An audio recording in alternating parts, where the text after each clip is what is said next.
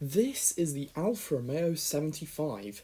This was Alfa Romeo's rival to the BMW E30 and Mercedes 190e.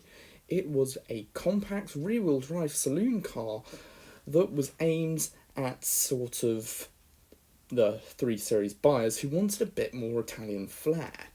Now, this car was quite important to Alfa Romeo as it symbolised a pretty big milestone in their life.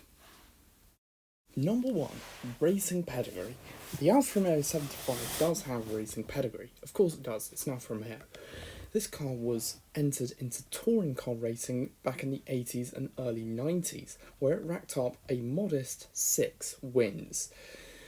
That isn't that much compared to the BMW M3, which racked up over 1,000 racing wins, and the Mercedes 190e, which racked up about 80. However, this was still a pretty competitive race car thanks to its advanced suspension, 1.8 turbo, and its light weight that made the car a formidable force in touring car racing. This is one of the most forgotten super saloons of the 90s.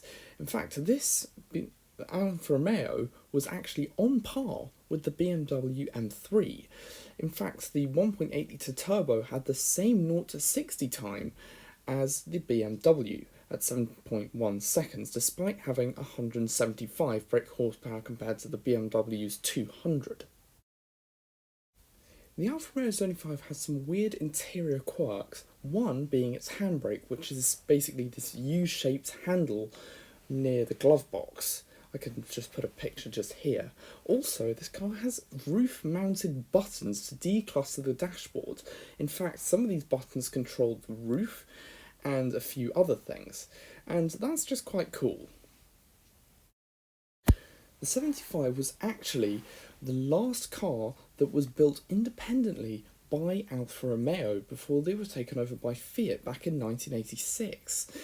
So this car was quite an important car for Alfa Romeo, and they really were going to go out with a bang.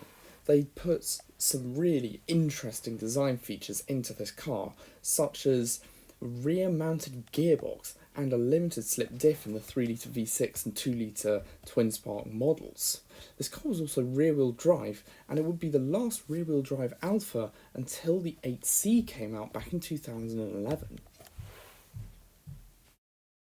The 75 spawned one of the most controversial car designs in history, the SZ, the Monster. This car was unveiled at the Geneva Auto Show to basically act as a statement for when Alfa Romeo was taken over by Fiat. And this car would not exist without the 75. It used the 75 engine, it used the 75 chassis, it was rear-wheel drive. So it was an incredible car and an incredibly weird design that actually got people talking. Alfa Romeo isn't known for estate cars. However, one name that does spring to mind is the Sport Wagon, which first appeared on as proposed Alfa Romeo 75 Estate, which was unveiled at Geneva but never put into production. Only 2 were ever made. One had the 1.8 litre turbo, the other a V6. It's a shame we never got these, but they were pretty cool cars nonetheless. And the last fact is that the 75 was part of one of my favourite Top Gear challenges, in which the trio bought Alfa Romeos for £1,000. Jeremy championed the 75 V6, Richard championed a destroyed Alfa Romeo Spider, and James a GTV Twin Spark. All 3 great cars. However, I believe this was the best. So, thank you very much for watching this video. I really hope you enjoyed it. I really hope you learnt something today. And please subscribe for more in the future. And until next time, goodbye.